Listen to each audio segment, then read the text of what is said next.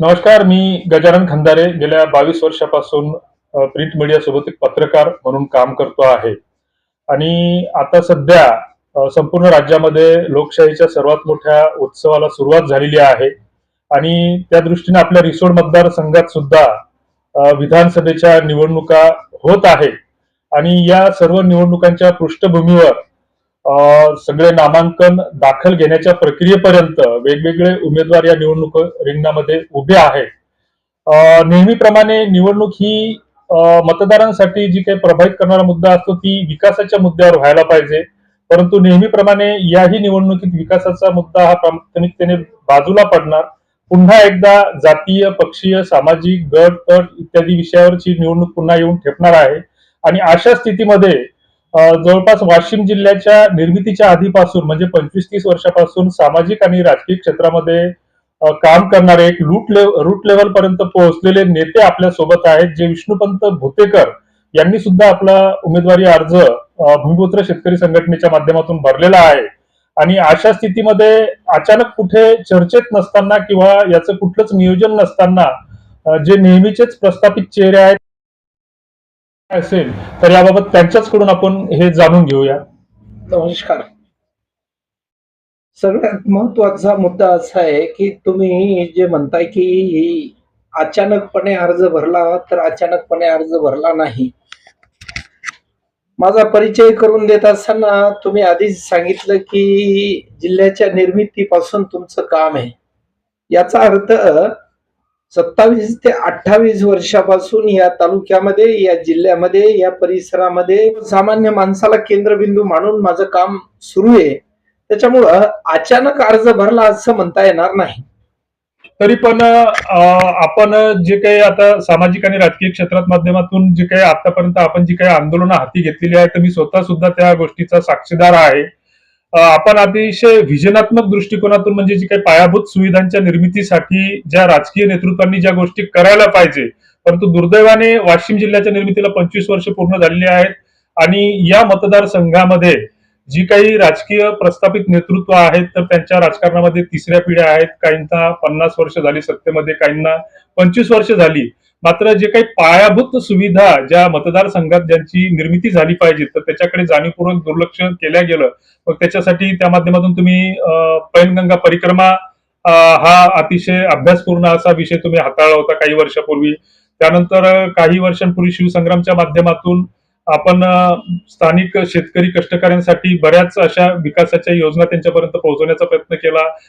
सक्तीचा पीक विमा असेल किंवा 7/12 वाटपाच्या बाबतीत जे काही शहरचा जिल्हा बँकेचा प्रश्न होता, अनेक प्रश्न आपण हातात घेतले, ते यशस्वीपणे हाताळले. आणि अशा स्थितीमध्ये आपण या राजकारणामध्ये काम करत असताना आपल्याला कुठंतरी एक राजकीय व्यक्तिमत्व म्हणून डावलल्या गेलं असं तुम्हाला वाटतंय का? मुळीच नाही. मला डावलणं किंवा काही अशा पद्धतीचं समजण्याचं काही कारण नाही. माझा राजकीय इतिहास, माझी सामाजिक चळवळ जर तुम्ही पाहिली तर माझे सगळे मुद्दे स्थानिक लेवलचे फार कमी मुद्दे मी हाताळलेले आहेत. आणि माझे जवळपास मुद्दे हे राज्य लेवलचे किंवा केंद्र लेवलचेच होते. याचा अर्थ माझं स्वप्न विधानसभा लढण्याचं हे 2009 पासून होतं. परंतु काही तांत्रिक अडचणी, काही इतर अडचणींमुळं मी लढू नाही शकलो, ही वास्तविकता आहे. परंतु अचानकपणे मी निवडणुकीला सामोरे गेलो हे म्हणणं तितकंच त्याच्यामध्ये तथ्य नाही. आज रिसोड तालुक्यातली वरदायनी पेनगंगा असेल, या पेनगंगा नदीवरती बॅरेज व्हावेत म्हणून 2010-11ला मी मोठं आंदोलन उभं केलं.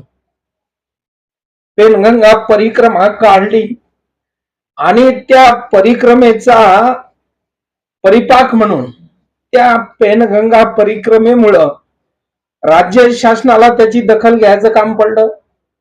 तत्कालीन जलसंधारण मंत्री तटकरे साहेबांनी त्यांच्या कॅबिनला बैठक घेतली.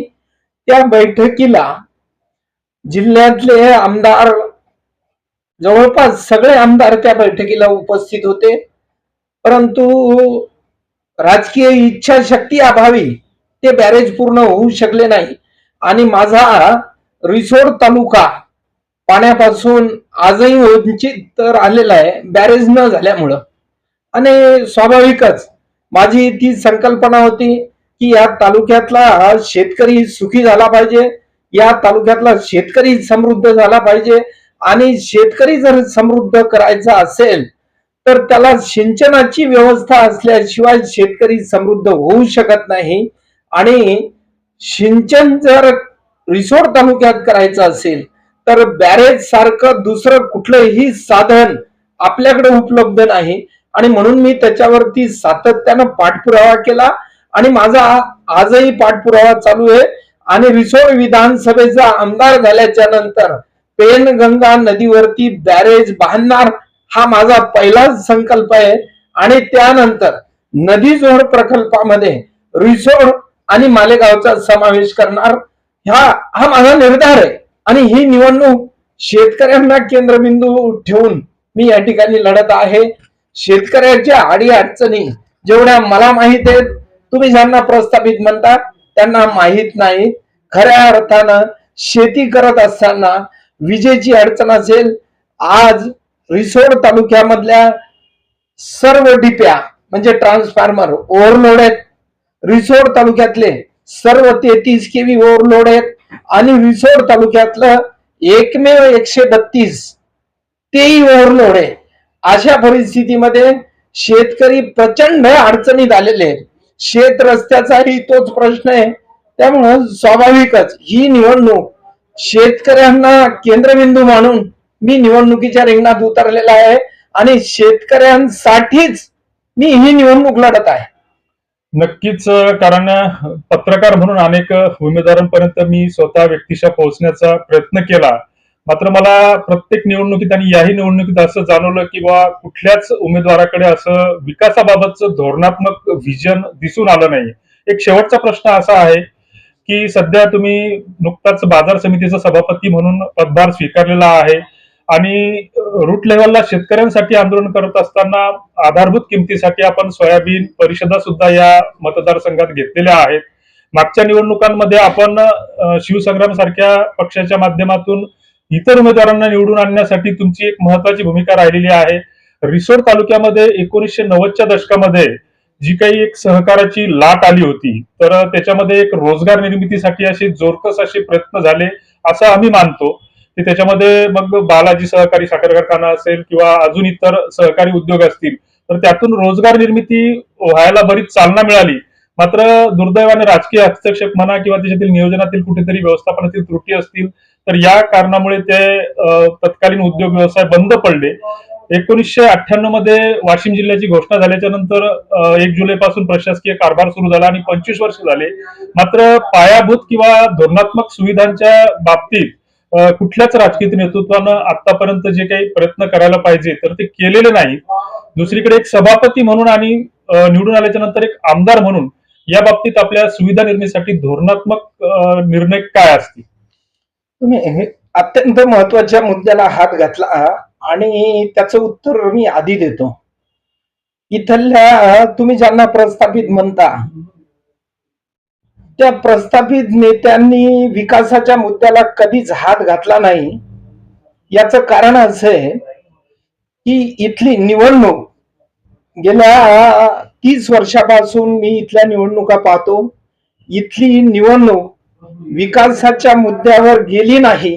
याचं कारण असं की याला कुठेतरी जातीयवादाची किनार असते किंवा गटातटाची किनार असते किंवा पक्षीय किनार असते. ही विकासाच्या मुद्द्याकडे निवडणूक गेली पाहिजे. विकासाच्या मुद्द्यावर ही निवडणूक झाली पाहिजे. याच्यासाठीच मी मुद्दामून अर्ज टाकलेला आहे. हे तुमच्या पहिल्या प्रश्नाचं उत्तर. दुसरा विषय असा आहे की या प्रस्थापितांना फक्त सत्ता पाहिजे. त्यांना विकासाशी काहीही देणं घेणं नाही. हे आजपर्यंतच्या राजकीय इतिहासातून स्पष्ट झालेलं आहे. सगळेच्या सगळे सत्ता उपभोगलेले आहेत. आजही काही जण सत्तेवर आहेत. त्यामुळं यांची जी लढाई आहे ही सत्तेसाठी आहे हे जनतेनं समजून घेणं गरजेचं आहे. आणि माझा जो लढा आहे तो शेतकऱ्यांसाठी आहे, सर्वसामान्य माणसासाठी आहे. आणि सगळ्यात महत्वाचा मुद्दा जो आपण या ठिकाणी उपस्थित केला, आज रिसोड तालुक्यातल्या रस्त्याची अवस्था इतकी दयनीय झालेली आहे की पाहवत नाही आणि त्या रस्त्यानं चालवत नाही. मी रिसोड विधानसभेचा आमदार झाल्याच्या नंतर तुम्हाला अतिशय स्पष्टपणानं सांगतो की रिसोड तालुक्यातले ग्रामीण भागातले रस्ते आणि शेत रस्ते याच्यावरती मोठ्या प्रमाणात काम करणार आणि शेतकऱ्यांना जे जे म्हणून सोयीचं असेल दळणवळणासाठी त्याच्यासाठी प्रयत्न करणार. कृषी उत्पन्न बाजार समितीच्या बाबतीत मला सगळ्यांनी मदत केली, त्याबद्दल मी सगळ्यांचे त्याही वेळेला आभार मानले आणि आजही आभार मानतो. रिसोड कृषी उत्पन्न बाजार समितीमध्ये जे काही चांगल्या प्रकारचे कामं झाले असतील ते मी सभापती नसताना सुद्धा मी करून घेतले, आंदोलन करून घेतले. मग इलेक्ट्रॉनिक काट्याचं काम असेल तेही मी करून घेतलं. त्या ठिकाणी मोठे मोठे लाईट टाकण्याचं, हाय मास्ट लाईट टाकण्याचं काम असेल ते मी करून घेतलं. सीसीटीव्हीचं काम असेल ते मी सभापती होण्याच्या आधी करून घेतलं आणि निश्चितपणानं सभापती होऊन मला आता 1 महिना झालेला आहे. आचारसंहिता संपल्याच्या नंतर निवडणुका वैयक्तिक दुश्मनी घेण्याचं काही कारण नाही किंवा ते वैयक्तिक कोण घेऊ नये. मी माझं विजन, मी माझं काम आणि गेल्या 28 वर्षाची माझी तपश्चर्या घेऊन मी जनतेत जाणार आहे आणि जाते आणि जनतेतून मला उदंड प्रतिसाद मिळतो. मग मी अर्ज का टाकला तर काही लोक म्हणतात टाकायला पाहिजे नव्हता, मग अमुकजीची सुपारी घेतली असेल असं म्हणतात. अर्ज काढला असता तर इकडल्यांनी पुन्हा दोष दिला असता. हे चालत राहणार आहे आणि राजकारणात दोषारोप, टीका, टिप्पणी ही चालत राहणार आहे. म्हणून त्याचा काही फारसा गांभीर्याने विचार करण्याची गरज नाही.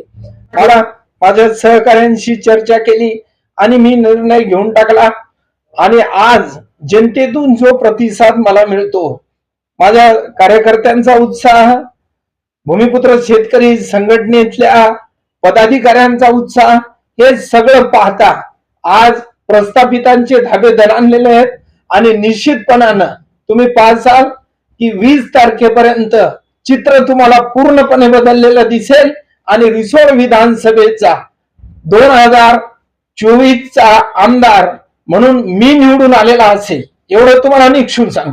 धन्यवाद.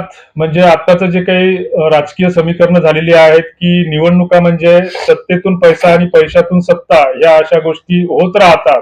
मात्र पहिल्यांदाच एक भूमिपुत्राच्या माध्यमातून आपल्या सोबत एक तळागाळात काम करणारं नेतृत्व, ज्यांच्याकडे दृष्टी आहे आणि दृष्टिकोनही आहे, असे आपल्याकडे उमेदवार म्हणून उभे आहेत.